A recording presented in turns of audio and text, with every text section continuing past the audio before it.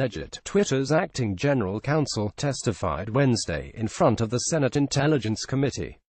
Eric Thayer for The New York Times. Washington. Lawmakers released scores of political ads on Wednesday purchased by Russian agents on Facebook and Twitter that showed the extent of the Kremlin's attempts to polarize the American voting public on issues like race, police abuse and religion.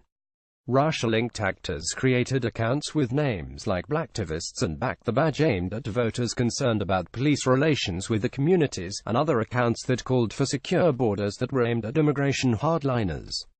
One account, Army of Jesus, published an illustration of an arm wrestling match between Christ and the devil. Satan if I win, Clinton wins, the headline read. The sampling of ads, some of which had been made public earlier, came during a second day of hearings with the top lawyers for Facebook, Twitter and Google and were intended to show the executives how pervasively Russia used the platforms to further its campaign of mass information. Lawmakers of both parties expressed frustration with answers that fell short of what they had hoped and insisted that the companies, long the darlings of American technology, the better. I must say, I don't think you get it, said Senator Dianne Feinstein, Democrat of California, who was also at the first hearing a day earlier. I went home last night with profound disappointment. I asked specific questions, I got vague answers. Facebook, Google and Twitter said their general counsels were best equipped to dive into policy and legal questions. But counsels' appearances on Capitol Hill also allowed the company's chief executives to escape high-profile scrutiny. I'm disappointed that you're here, and not your CEOs, said Senator Angus King, independent of Maine. Lawmakers also complained that the companies had taken months to acknowledge Russia's interference on their sites. I have more than a little bit of frustration that many of us on this committee have been raising this issue since the beginning of this year, and our claims were, frankly, blown off by the leadership of your companies, said Senator Mark Warner of Virginia, the top Democrat on the Senate Intelligence Committee. Facebook's chief executive Mark Zuckerberg and chief operating officer Sheryl Sandberg spent Wednesday at the company's headquarters in Menlo Park, California, talking to investors and analysts as they reported blockbuster quarterly earnings. The stocks of both Google and Facebook, which faced the most criticism in the hearings, are at record highs.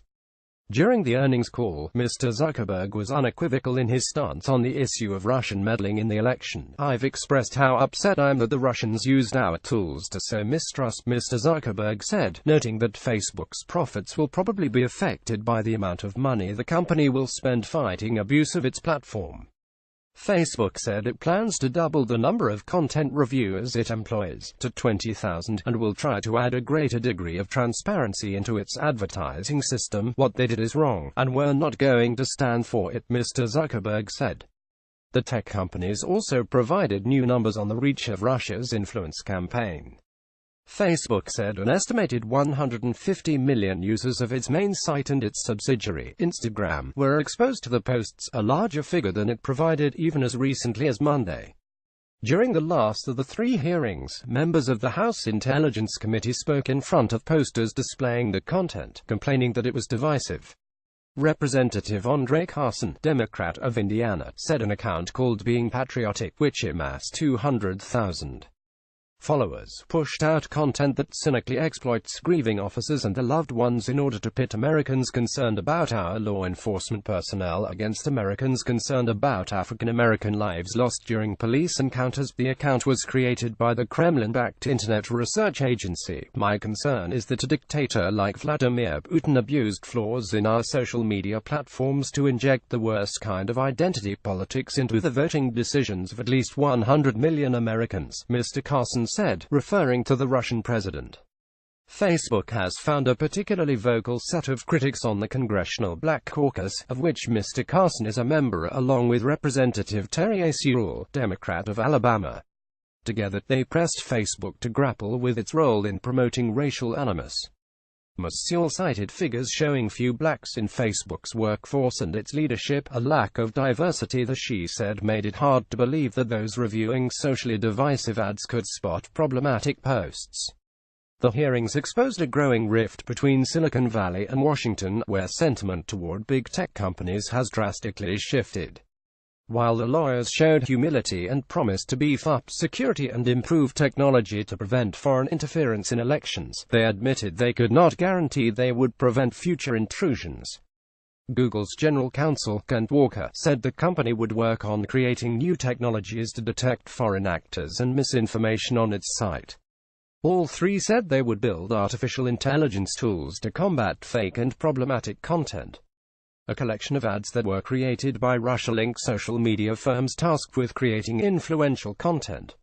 Some lawmakers used the hearings to stake a position on the influence of the Kremlin's social media use in the election.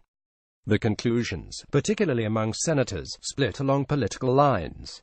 Republicans offered an implicit defense of the legitimacy of President Trump's victory and dismissed the effect of Russian meddling. A lot of folks, including many in the media, have tried to reduce this entire conversation down to one premise: foreign actors conducted a surgically executed covert operation to help elect the United States president, said Senator Richard M. Burr, Republican of North Carolina and the chairman of the Intelligence Committee.